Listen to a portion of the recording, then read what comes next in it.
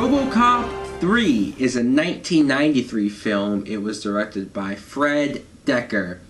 The plot is we see this group of developers who decide to go into these towns that they own and wrongfully evict everyone that lives there. It's the poorer side of the neighborhood, so they can just easily go in there, causing destruction, and kick these people out. This is your home, and you're safe here. Now, when Robocop figures out what's going on, he attempts to save the day, but it becomes more personal when his longtime partner, Ann Lewis, gets killed. Now, what I thought of Robocop 3 was, I'd say in comparison to the second movie, it's not worse than that, but it's still not that great. You called for backup? I should probably first get into the reasons why I didn't like this movie. Peter Weller did not come back as Alex Murphy, Robocop. No, he did not. Instead, we have Robert John Burke, who, look, I'm not saying he was terrible. When he was in the Robocop suit, you almost don't even realize it's not Peter Weller until he starts to talk. And when you hear the voice, it's not Peter Weller. But some people might say, hey, it's a robot's voice, so who really cares?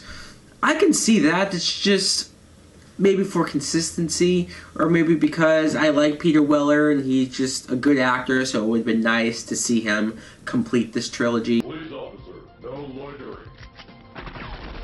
The plot. I think the plot is pretty fucking lame. You have these developers coming in to evict these people because they want to destroy the land and make something else out of it.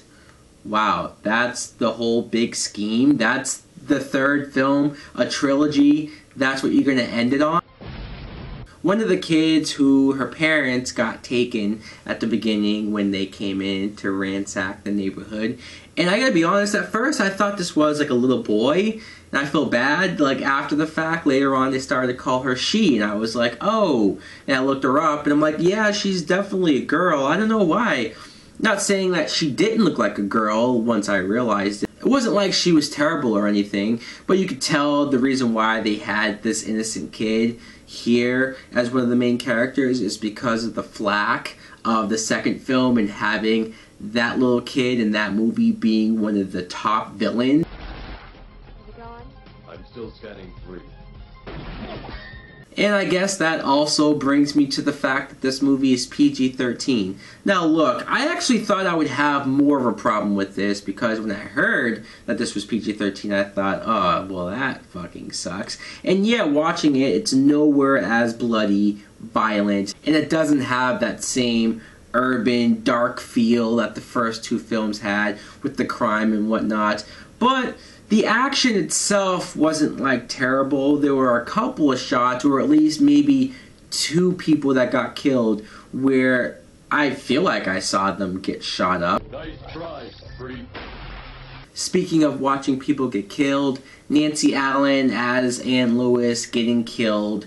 Look, it's the third film. It's a trilogy. I get that you're going to have some main characters get killed off. So I wasn't opposed to seeing her get killed. I was just opposed to how they handled her death. I thought it was just like, oh, this character's still around? Alright, let's just kill her off at the beginning.